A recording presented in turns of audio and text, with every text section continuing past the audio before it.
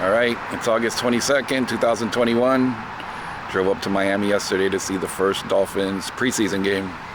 We got season tickets again this year. Spent the night, drive back to the Keys tomorrow. But while I'm here in Miami, I'm trying to make one more video for the YouTube. This one's not movie related, this one's crime related. It was something that happened in this complex just behind me in 2000, what year was it? 2013, that made news everywhere. How quickly can I do this? Okay, so there was a dude by the name of Derek Medina that was married to Alfonso. What was her name? Jennifer Alfonso. He was 31. She was 26. All right. So they were married, living in the condo behind us. And the story goes, it was on the morning of August 8, 2013. Yeah, August 8, 2013. They woke up that morning and had a little fight. The story goes that she was mad at him for not waking her up. She had to go to work that morning and he let her sleep in. They started arguing in the bedroom. Crazy thing is, these people for back then had really good surveillance cameras inside their condo. It's private property. It's a big sign on the gate. I'm gonna try to walk over there and show the door. Can't imagine anyone hasn't heard of the story or seen clips of it, but they got in an argument. She went downstairs, started making breakfast for her daughter, not his, from a previous relationship, a 10-year-old girl that was living with them. She went downstairs to make her pancakes, and in their videos that they have from inside the house, you can see him come down, go into the kitchen, just out of range of the camera. You don't see that they're arguing, but according to him, she pulled out a knife while they were arguing. You see him walk out of the kitchen.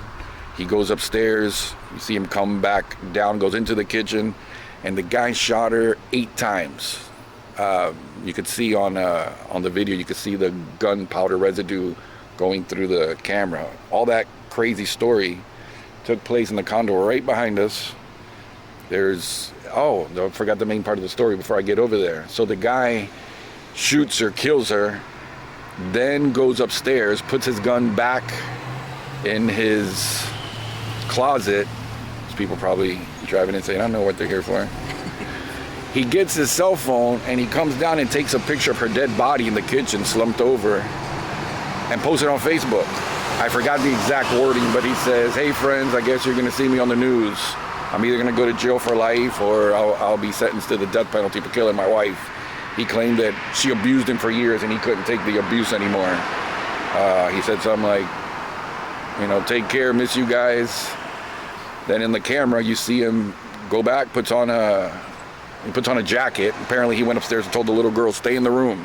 I guess he didn't want her to go down and find her mother shot dead in the kitchen. And he drove to his parents' house, told them what he did, called a few of his friends, told them what he did. And then there's footage of him walking into the local police department, just turning himself in. That all happened right behind me. I'm gonna try to get inside these gates, see if I can record the condo. So apparently they met at a Denny's that she was working at. After 2 months of dating, they got married. They were married for a short while. He asked for a divorce. They divorced, separated, or weren't living together. Then he bought this condo over here to my left. It's the one with the brick wall. These people are gonna freak out about me recording inside their property, but he bought this condo and then they reconciled just a few months after the divorce and got remarried and moved right in here. All the crime scene photos, you see the yellow tape around that one. That was their door right there. The door that you see him coming out. Maybe we will go. She worked at a Denny's just around the corner from here. We haven't had breakfast yet. Maybe we go have breakfast at her Denny's. I like that idea. But all that happened right here. There's a lot of footage on the news media. I definitely saw it, but it happened right here. Before we leave, we noticed something. It's been about 8 years since the murder took place in here. And it appears the building may not have been sold, or the condo hasn't been sold. There's a lock on the door, one of those locks like when the realtors want to come show it to somebody, or if somebody's renting it out like an Airbnb. Be interesting to go in there. We will look it up, see if it's available. Alright, I'm gonna go try to find her Denny's. Jennifer Alfonso's Denny's she was working at when he killed her. Alright. Well, we did notice online that it is for sale. It's only listed 15 days ago? Yeah. About 15 days ago it was put on the market. A little over $300,000. It's a little pricey for that place. 1,000. Yeah, it's 1,000 square feet. We'll try to add some of the photos of the listing on here. You clearly see the kitchen right in the spot where her body was laying in the Facebook photo. He shot her, killed her, took a picture of her, and posted it on Facebook. Stayed on Facebook for about 5 hours before someone complained and they took it off the website. But that's it. That's where it happened. I don't think there's any bad juju in there for the people that buy it.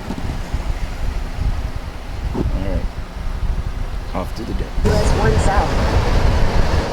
That was the Denny's that Jennifer Alfonso was working at. She was murdered. They have a picture of her behind the counter, but it was crazy busy while we were in there. We'll take pictures.